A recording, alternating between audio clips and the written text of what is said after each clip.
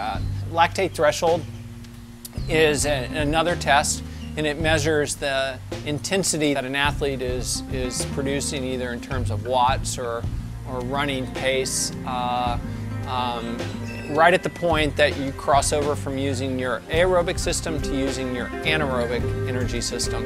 And what you want to do is be able to stay below this threshold. So you're basically staying in an aerobic state the majority of the time that you're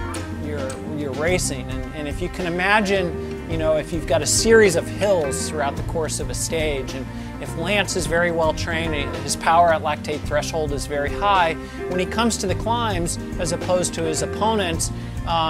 he's going to be, you know, staying below this threshold, staying aerobic, burning two types of fuel, fat and carbohydrate, and still being able to clear the lactic acid that's building up as his opponents hit these climbs and they start climbing. After about 10 minutes, they're going to get above their lactate threshold. That lactate is going to start to accumulate. It's not going to burn, it's not going to clear, it's going to start accumulating, and they'll be able to tolerate it and deal with it maybe for the first climb, the second climb, but come the third climb, it's going to be eventually a limiting factor for success for these guys that have gone above threshold early on the climbs, whereas Lance has been below threshold. Now when they get to this final climb to the finish, you know, the guys that have been above threshold trying to stay with Lance, and Lance has been below threshold, now he can accelerate, and he has all the means and has all the carbohydrate stores to